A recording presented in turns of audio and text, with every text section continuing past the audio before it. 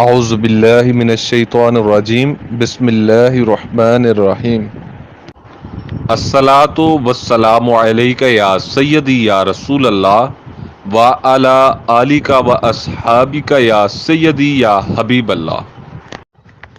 آج کی حدیث، مرحوم والدین کے لیے دعا۔ حضرت ابو ہریرہ رضی اللہ تعالی عنہ سے روایت ہے کہ رسول اللہ صلی اللہ علیہ وآلہ وسلم نے فرمایا، نیک آدمی کا جنت میں اللہ تعالی ایک درجہ بلند کر دیتا ہے تو وہ پوچھتا ہے کہ اے اللہ مجھے یہ درجہ کیوں ملا؟ تو اللہ تعالی فرماتا ہے تیری اولاد نے تیرے لیے مغفرت کی دعا کی ہے، اس لیے اپنے والدین کے حق میں دعا کرتے رہنا چاہیے۔ اللہ تعالیٰ سے دعا ہے کہ اے اللہ ہمیں والدین کی قدر نصیب فرما اور ان کی بہترین اولاد میں شمار فرما، آمین۔